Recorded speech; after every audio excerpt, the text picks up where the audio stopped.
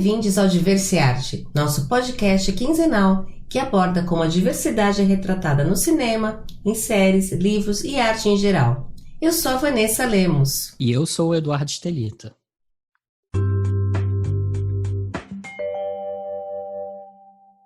O episódio de hoje vai ser sobre aquela que, na minha opinião, é a melhor série de 2020, mas de lavada. Ela está no catálogo da Amazon Prime e se chama Little Fires Everywhere, que em português ficou Pequenos Incêndios por Toda Parte. E não é um documentário sobre a Amazônia durante o governo Bolsonaro. É uma minissérie em 8 episódios que fala sobre maternidade, descoberta da sexualidade na adolescência e principalmente sobre tensões raciais e privilégios. É uma série de diálogos, de pequenas cenas sutis que ilustram muito bem os problemas sociais provocados pelo racismo estrutural. Edu, essa série me fez prender a respiração algumas vezes.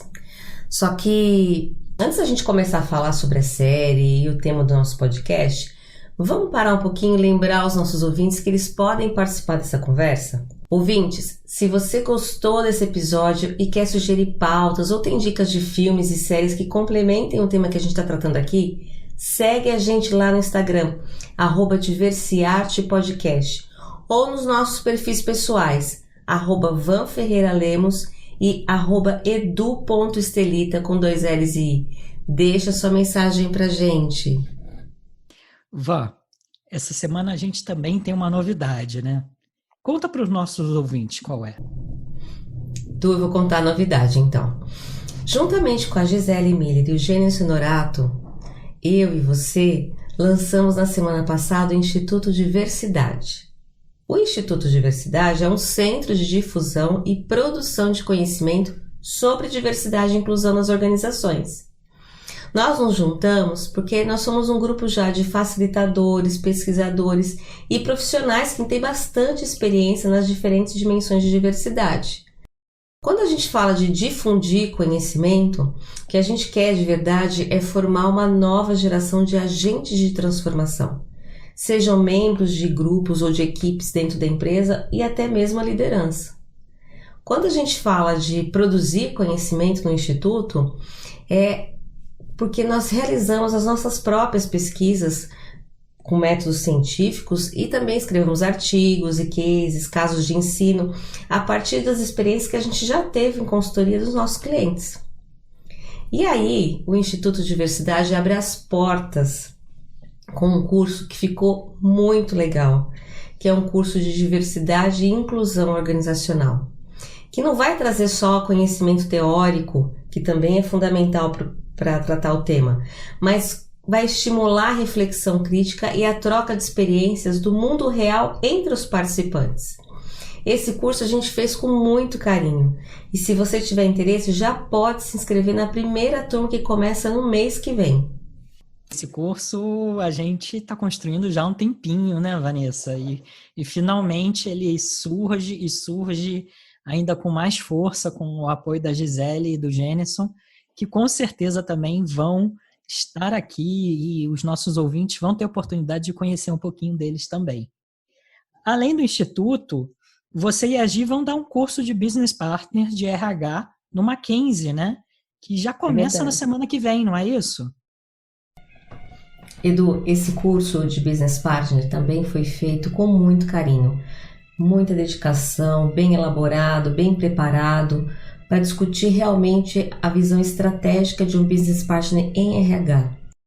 Acesse lá no link do Mackenzie, dentro de educação executiva, você vai encontrar o curso. A gente também vai colocar o link na descrição do vídeo, se alguém quiser se matricular. Que legal, que legal. E onde a gente pode encontrar mais informações sobre o Instituto, informações sobre o nosso manifesto, aqui a gente veio, e o conteúdo de cada aula do nosso curso? O site do Instituto é www.institutodiversidade.com.br. Lá você vai encontrar o nosso curso de Diversidade e Inclusão Organizacional e mais informações sobre o Instituto. A gente também vai deixar o link na descrição do episódio, tanto desse quanto do curso de Business Partner do Mackenzie.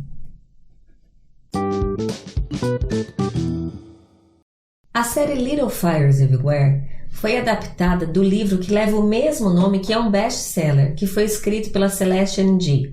A história da série, ela gira em torno da relação entre Helena, que é uma jornalista, mãe de 4 adolescentes, branca, classe média alta, interpretada pela Reese Witherspoon. E a outra personagem é a Mia, que é uma artista plástica, mãe de uma adolescente e é negra, que é interpretada pela Kerry Washington, que é uma atriz da série Scandal. A Little Fires Everywhere foi produzida pela empresa da própria Reese, a Hello Sunshine, que é uma produtora com a missão de mudar a narrativa das mulheres, né? Essa empresa ela já produz séries, filmes a partir de livros escritos por mulheres que contam as histórias da agência feminina. Eva, o último sucesso da produtora foi a série Big Little Lies, que é também uma adaptação do livro de mesmo nome da Liane Moriarty. Em português, o título do livro é Pequenas Grandes Mentiras.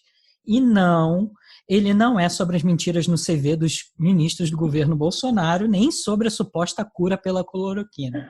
Eu poderia fazer isso o dia inteiro com esses títulos de série estranhos.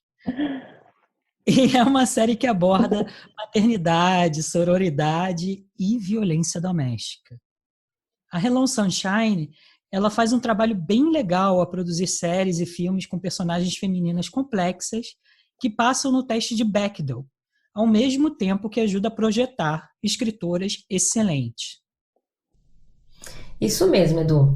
E para os nossos ouvintes que não conhecem o que é o teste de Bechdel, ele se trata de um teste que apareceu a primeira vez em 85 em uma história de quadrinhos que foi escrito pela Alison Bechdel.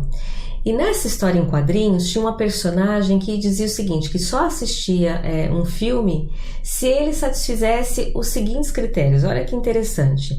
O filme deveria ter pelo menos 2 mulheres com nomes, né? Tinha que conversar uma com a outra e sobre qualquer assunto que não seja um homem. E o site bechdelltest.com já analisou mais de 4.500 filmes e só menos da metade passam no teste. E essa proporção se mantém para os filmes indicados ao Oscar também. Realmente a gente ainda tem um problema de representatividade feminina, de personagens femininos complexos que têm uma vida além de histórias que giram em torno de um homem, né? E assim como em Big Little Lies, Little Fires Everywhere é um exemplo de série que passa com nota 10 no teste de Bechdel.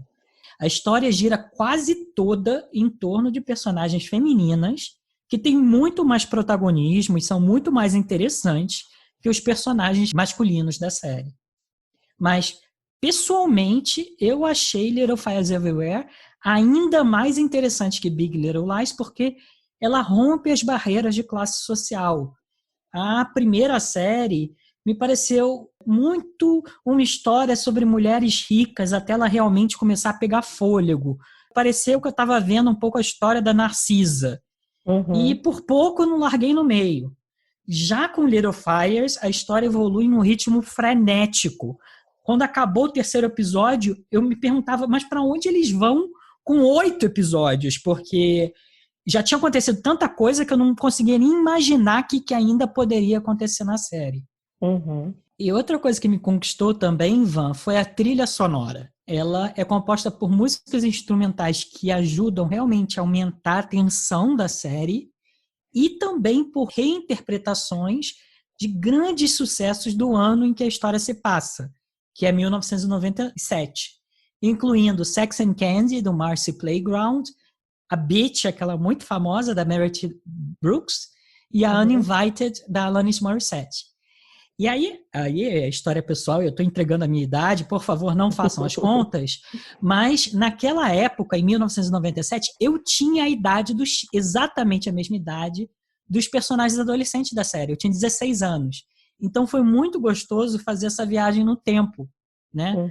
E outra coisa também interessante é que o marido da Madeleine, ele é interpretado pelo Joshua Jackson, que era o personagem do Dawson's Creek, que era também uma série muito famosa nessa época, e eu tinha um crushzinho no Joshua Jackson. A história se passa nos Estados Unidos, em uma cidadezinha chamada Shaker Heights. A cidade parece ser aquele lugar paradisíaco, super desconstruído, com pessoas de diferentes raças morando no mesmo bairro e indo às mesmas escolas públicas. Mas, como a gente já disse, a história carrega uma tensão racial constante. E ela não é uma série sobre os grandes racistas que humilham ou agridem pessoas na rua. Nem também é a série sobre as Karens, esse apelido que foi criado pelo movimento Black Lives Matter para descrever mulheres brancas que, quando se sentem ligeiramente incomodadas com a presença de pessoas negras no ambiente público, chamam a polícia para expulsá-las. Apesar de uma das primeiras cenas do primeiro episódio mostrar a Madeleine se comportando um pouco como uma Karen em relação a um carro velho aparentemente abandonado no estacionamento, não é uma série sobre personagens caricatos como a Karen. É sobre julgamentos que nós fazemos em microsegundos sobre alguém e como a gente pode se enganar quando nos prendemos em estereótipos e sobre aquele pequeno racismo que todos nós carregamos. E aí, é claro, eu coloco pequeno racismo entre muitas aspas, né? Porque não existe racismo pequeno. O que eu quero dizer é que a série é menos sobre racismo flagrante e mais sobre o racismo velado na sociedade moderna. E isso conversa bastante com o tipo de racismo cordial que a gente encontra no Brasil e as falsas crenças da gente estar vivendo em uma sociedade pós-racismo. Edu, se deixar, a gente vai ficar aqui um tempão falando sobre esses estereótipos e até os nossos próprios vieses inconscientes, né?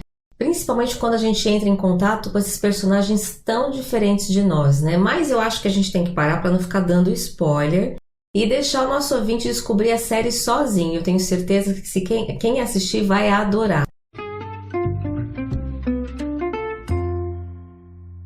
Du, a série me lembra aquela frase que você me falou pela primeira vez sobre sensibilidade.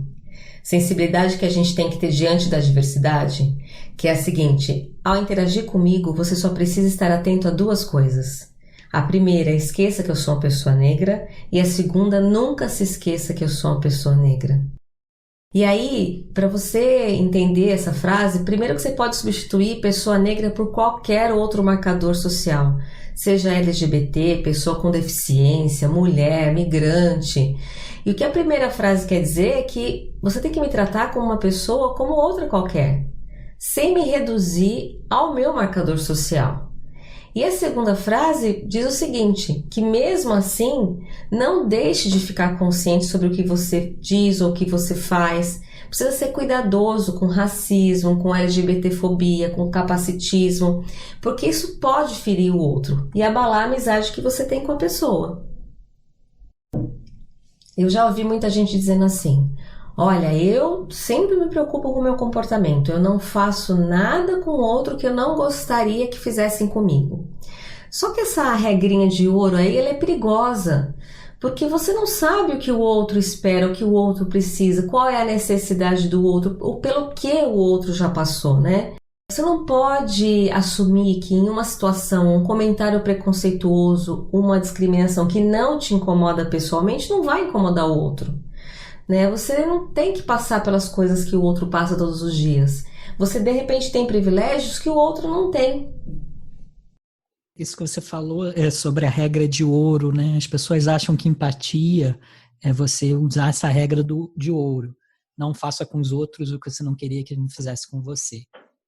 E aí, quando a gente está falando de diversidade, é você atravessar essa regra de ouro e ganhar consciência e se informar para não fazer com o outro o que o outro não gostaria que não fizesse com ele.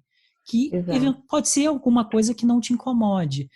Mas eu acho também que é importante a gente dizer, né, que se você ouvinte, que por acaso você é branco, cisgênero, heterossexual, sem deficiência, quer dizer que você agora tem que estar pisando em ovos e interagir com pessoas pertencentes a grupos minorizados?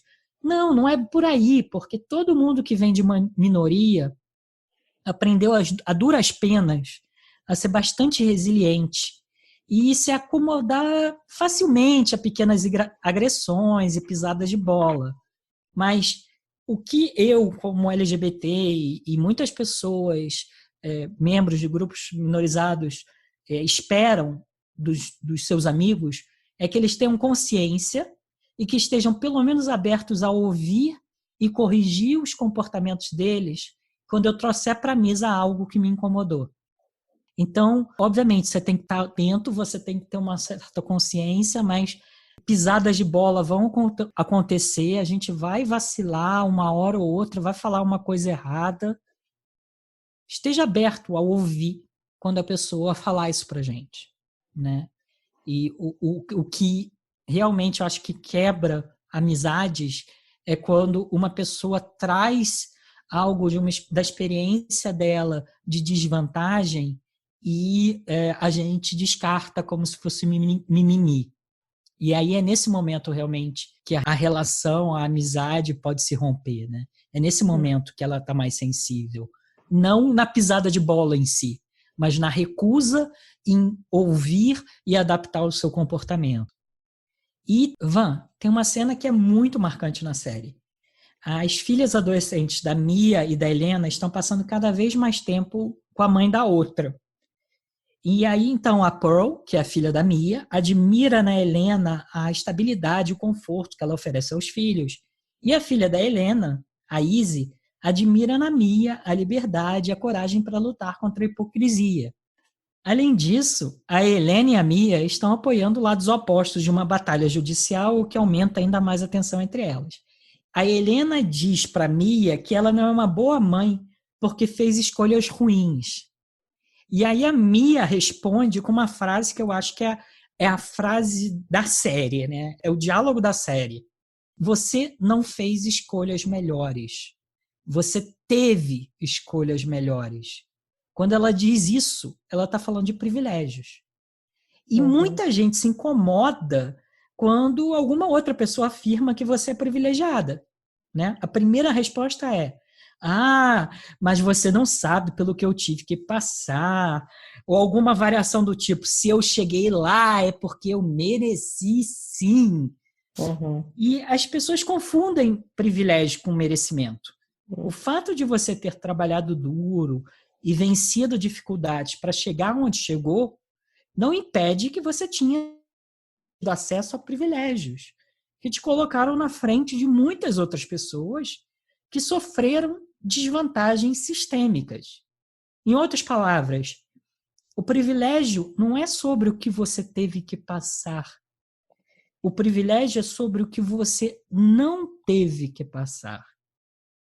Mas isso tudo parece muito abstrato, Van. Sim, Edu.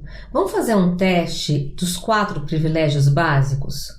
Ouvinte, responda sim ou não às perguntas que eu vou fazer sobre os 4 privilégios básicos, tá? E aí vamos avaliar isso para a gente entender de maneira mais concreta como funciona o privilégio e o que ele é. Ontem à noite, você teve dificuldade para cair no sono porque você não tinha que comer? Quando era criança, você tinha que esperar na escola todo dia até a hora do almoço para ter a sua primeira refeição? Quando for se deitar hoje à noite, você vai se preocupar se vai ter dinheiro para comprar comida amanhã? Se você respondeu não, você tem o privilégio da comida. Você sabe se vai encontrar um lugar para dormir protegido do ataque de estranhos ou da violência física de familiares? Você tem receio de não ter como se proteger da chuva ou do frio intenso essa noite?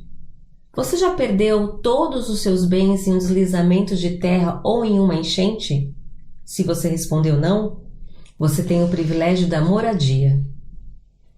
Você convive diariamente com intensa dor ou uma condição debilitante que poderá a qualquer momento exigir que você seja enviado às pressas ao hospital? Se você respondeu não, você tem o privilégio da saúde. Você precisa andar por quilômetros diariamente com recipiente de plástico para coletar água, para cobrir as suas necessidades básicas ou da sua família? Sua casa não tem sistema de esgoto e sua família vive próxima a uma região de depósito de lixo? Se você respondeu não, você tem o privilégio da água e esgoto. Se você respondeu não a todas ou a maioria dessas perguntas, você é mais privilegiado que a maioria da população brasileira. Você, assim como eu, faz parte de uma minoria privilegiada no nosso país. A verdade é que a gente deveria viver em uma sociedade em que todos, ninguém, tivesse que passar por essas desvantagens básicas. E para piorar, não é só isso. Tem mais uma série de outras coisas das quais as pessoas que fazem parte de alguma minoria são submetidas todos os dias. Vou te dar alguns exemplos. Por exemplo, sentir medo de ser humilhado, agredido, preso ou até assassinado por um policial ou segurança só porque você saiu de casa para ir para o trabalho, para voltar da escola, para caminhar ou para ir até o mercado da esquina.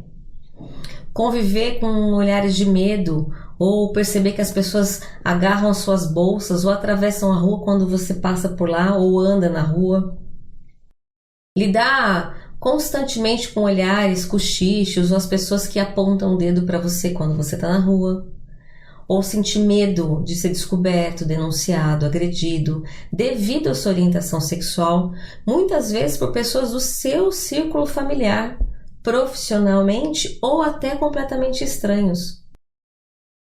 Ficar preso numa estação de metrô depois de você andar 1 hora porque o elevador que conecta a estação está quebrado. Ser incompreendido, descartado durante processos seletivos porque eles foram realizados por pessoas de raça e origem social completamente diferentes da sua. Ou então ser interrompida constantemente, ter as suas ideias ignoradas ou desqualificadas para que depois de alguns minutos ouvir as mesmas ideias valorizadas quando ditas por outra pessoa de outro gênero, raça ou condição social. E a lista continua, eu tenho certeza que vocês conhecem uma ou outra situação. Agora, se você não teve que passar por essas situações, saiba que elas fazem parte da rotina de muitos. Eva, tem um episódio que mostra o privilégio em ação. Esse episódio ele tem um título chamado 70 centavos. E ele começa assim. Ele começa com uma imigrante pobre tentando comprar leite em pó no mercado do bairro para o seu filho, bebê, que chora sem parar. E aí faltam esses 70 centavos e a caixa do mercado não deixa ela comprar o produto com esse desconto. Esse produto ele custa, em média, uns $10 nos Estados Unidos. E esses 70 centavos eles têm um impacto significativo nos acontecimentos que vão se seguindo ao longo do episódio e ao longo da série. E o episódio termina com uma adolescente branca de classe média alta pegando um ônibus à noite. Ela está abalada, está triste. E aí, quando ela entra no ônibus, ela se dá conta que falta 70 centavos para completar a passagem, que nos Estados Unidos custa entre $1 e $2. E aí o motorista faz a gentileza de deixar ela usar o ônibus. Em um caso, a gente está falando de uma diferença de 7% no preço do produto. Em outro, de uma diferença de 40% a 70% no preço. Essas cenas elas contam uma história de privilégios. Quem pode e quem não pode ficar sem dinheiro? Como julgamos as pessoas? Quem é merecedor da nossa empatia, da nossa sensibilidade e da nossa gentileza? Não, e outra cena que me marcou muito foi uma em que a Helena, ela tenta justificar por que a filha dela, a Lexi, copiou um relato, né, de uma história de preconceito sofrida pela Pearl, que foi uma redação feita para a candidatura da universidade. Nos Estados Unidos, né, uma forma que as universidades têm para encontrar maior diversidade dos alunos é pedir para que os candidatos escrevam um relato de superação diante das dificuldades. E aí eles conseguem contrabalancear as desvantagens que alguns alunos tiveram para chegar na universidade. E até mesmo ajuda a relativizar as notas brutas, né, num contexto de cada um. E identificar as pessoas que são mais mimadas ou até mesmo insensíveis às dificuldades do outro, como é a Lexi. E aí a Helena, assim, totalmente sem perceber os seus privilégios, na cegueira de não querer ver isso, né? acha que esse tema da redação não faz sentido, porque ela entende que a Lexi só tem a vida que ela tem sem grandes dificuldades porque a Helena batalhou lá no passado. Só que o que a Helena não está entendendo é que ela faz parte de um sistema que geração após geração fez parte de uma família que teve vantagens em comparação a outras famílias, né? Enquanto ela está achando que o conforto da filha é meramente fruto do seu esforço como mãe, mas não é só isso, né? Por quê? Porque ela não reconhece os seus privilégios. E se ela não reconhece os privilégios, como é que ela vai abrir mão deles para conseguir construir uma sociedade mais justa, né? E isso tem muito a ver também com o debate sobre cotas nas universidades, aqui no Brasil. Muitas pessoas que já são privilegiadas não enxergam quantas vantagens elas tiveram para chegar onde chegaram, mesmo que tenham se esforçado para chegar até lá. Eu costumo comparar com uma corrida, como se a vida fosse uma grande corrida de obstáculos, que todo mundo vai passar por vários obstáculos, mas tem algumas pessoas que vão largar já na frente, enquanto outras pessoas vão largar nessa corrida lá atrás. É isso que é o privilégio, é aquilo que te coloca lá na frente da corrida da vida. É isso aí. E esse debate sobre o Enem durante a pandemia ou sobre o home office como o futuro do trabalho, eles não refletem a realidade do brasileiro médio, né? E isso que você está contando, né? Eu vou contar uma história pessoal minha que me fez abrir os olhos para alguns privilégios que eu tenho, que eu não tinha parado para me dar conta. É aquela coisa, a gente sabe que faz parte da realidade, mas a gente não para realmente para refletir sobre cada um desses detalhes, né? No ano passado, quando eu estava escrevendo a minha dissertação, a gente teve 8 meses de obra aqui no prédio. Então, eu trabalho de casa, eu não tenho escritório, eu trabalho de casa. E todo dia, das 8 às 18 horas, tinha uma marquita furando o chão a 5 metros da minha janela e outra no vizinho de cima. Ou seja, era impossível ouvir os meus pensamentos, quanto mais transformar eles em texto escrito. Era um verdadeiro inferno e não tinha headphone nenhum que resolvia isso. Então, todo dia eu era literalmente expulso de casa, ia procurar um café, uma biblioteca, ou ia até a universidade para poder estudar. E você que também já escreveu dissertação, você sabe que é um processo intenso, que exige uma concentração absurda. É muito difícil fazer isso em público. Então, por causa disso, eu avançava bem devagar durante a semana, eu conseguia dar uns avanços no final de semana, mas durante a semana era difícil. E eu poderia olhar para essa situação com o olhar da dificuldade, do sacrifício, do meu umbigo, até que eu comecei a me dar conta de todos os privilégios associados à minha situação em desvantagem. Ou seja, eu tenho um laptop que eu consigo colocar na mochila e carregar para onde eu quiser. Eu tenho acesso a um plano de dados e posso acessar a internet de qualquer lugar. Se eu tivesse a internet, eu tenho acesso a centenas de cafés perto da minha casa, onde eu posso me sentar em um canto por horas, usar a internet deles, sem grandes riscos de ser assaltado e sem colocar o orçamento do mês em perigo. Eu tenho acesso a bibliotecas excelentes próximas da minha casa, sem custo algum. Virei fã de carteirinha do CCSP, que é um paraíso para quem quer trabalhar em silêncio, fica a menos de 20 minutos da minha casa. Eu posso usar a biblioteca da universidade. Eu posso me ausentar de casa, porque eu não tenho que tomar conta de filhos ou irmãos pequenos enquanto eu trabalho. E mais uma vez, né, Van, a lista pode continuar. Eu estou parando aqui por questões de tempo, né, mas essa lista é longa. E eu não estou dizendo isso, eu não estou contando essa história naquele sentido abraça a árvore de seja grato pelo que você tem. Né? Apesar de que ser grato é sempre uma boa coisa, né? Não é esse o ponto que eu estou querendo trazer. O que eu estou querendo dizer é que essa experiência de não poder fazer o meu trabalho nas condições em que eu estou habituado me tirou do encantamento da minha bolha.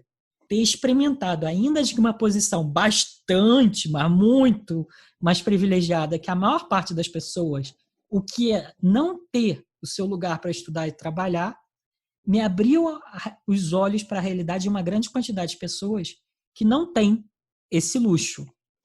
Pessoas que estão anos-luz em desvantagem em relação a mim, até mesmo quando eu estou numa situação de desvantagem em relação ao meu habitual. Até mesmo quando a gente está nessa situação de desvantagem, a gente pode olhar para a sociedade, para as desigualdades na nossa sociedade e se dar conta que a gente, mesmo assim, está numa posição de muito privilégio em relação à maior parte da população. E a partir do momento que eu me dou conta e faço esse exercício de fazer essa lista, né, desses privilégios, eu posso começar a agir em relação a eles. E eu acho que é esse o ponto aqui principal, né? Eu posso começar a lutar pela proteção da biblioteca do bairro, que em outras situações eu não teria nem visitado, e dos centros culturais que eu talvez nem conheça, ou contra o aumento do imposto sobre livros, ou tantas outras lutas políticas que buscam diminuir as desvantagens entre as pessoas, porque eu passo a entender ainda mais a sua importância.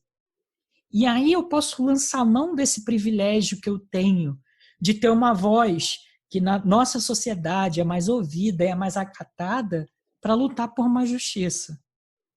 Então, é esse exercício de olhar com atenção para os nossos privilégios, nessas situações de desconforto e de incômodo, que vai nos abrir os olhos para uma série de realidades que a gente sabia que existia, tá?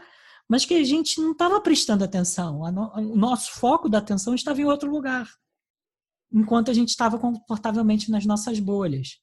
E aí, eu acho que o ponto que eu queria trazer é que isso linka muito, né, Van, com o momento atual, né? Com o momento atual do isolamento, da pandemia. Não, total.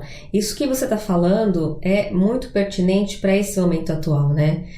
Então, bom, eu imagino que muitos dos nossos ouvintes estão possivelmente em isolamento social, tendo que usar máscara, se estiverem saindo de casa, usar máscara quando sai, ou até mesmo se estiverem trabalhando, usar máscara todo o dia inteiro, cuidando dos filhos em casa, ao mesmo tempo trabalhando, enfim. Ou até mesmo com parentes no hospital. Só que esse momento, que é tão difícil para todo mundo, ele não é difícil na mesma medida para todos. Né? Então a gente pode usar esse momento para fazer um exercício para identificar os nossos privilégios nessa situação. Então, primeiro, quem pode e quem não pode se isolar? Quem pode se isolar, continuar recebendo o seu salário e não ter o risco de ser mandado embora? Né? Ou então uma trabalhadora doméstica que tem que encontrar alguém nessa situação para deixar os filhos, porque precisa sair para trabalhar mesmo diante dessa situação. E aí entender que eu pelo menos, nós mulheres, nós perdemos a nossa rede de apoio, precisamos continuar trabalhando e está muito difícil, muito estressante. Mas você precisa ainda reconhecer que diante da situação ainda nós somos privilegiadas por podermos ficar em casa com os nossos filhos em isolamento social, né? Outra coisa também que faz muita diferença nesse momento é o acesso à internet. Com um pacote de dados suficiente para poder estudar, trabalhar, não é todo mundo que tem acesso a isso. E para aqueles que o SUS é a única opção, né? Então eu posso aprender que no momento atual, mesmo de dificuldade para mim também, a minha dificuldade não é igual à do outro. E a gente pode transformar tudo isso em uma ação concreta para ter uma sociedade melhor para todos. Esse momento, essas dificuldades que a classe média está vivenciando durante a pandemia, elas são muitas realidades que são vivenciadas pelas classes mais baixas diariamente na sociedade brasileira, né? E aí, talvez essa experiência agora de ter um parente que vai no hospital e se depara com um hospital sem leito, talvez vai fazer com que a gente tenha maior consciência na hora de lutar pela nossa saúde, pelo SUS, né? Para pessoas que vivenciam essas realidades todos os dias. É a mesma coisa das trabalhadoras domésticas, como você falou, né? As trabalhadoras domésticas, todo dia elas têm que encontrar uma solução para um lugar para poder deixar os filhos, para poder ir trabalhar e cuidar do filho de outras mulheres. Então, eu gostaria de fechar de uma forma um pouco mais positiva, né, esse podcast. Eu sei que o tema foi um pouco mais pesado, mas eu acho que de vez em quando a gente precisa um pouco desse peso para chacoalhar um pouquinho a nossa existência, sair um pouquinho da nossa bolha, né? E o Ian McLaren, ele tem uma frase que amarra muito bem esse tema, que é: todo mundo que você encontra está lutando uma batalha da qual você não sabe nada a respeito. Seja gentil sempre. Seja gentil sempre e lute a batalha com ele para que ela seja menos difícil. Você não escolhe muito dos privilégios que tem, mas você pode escolher o que você faz com eles.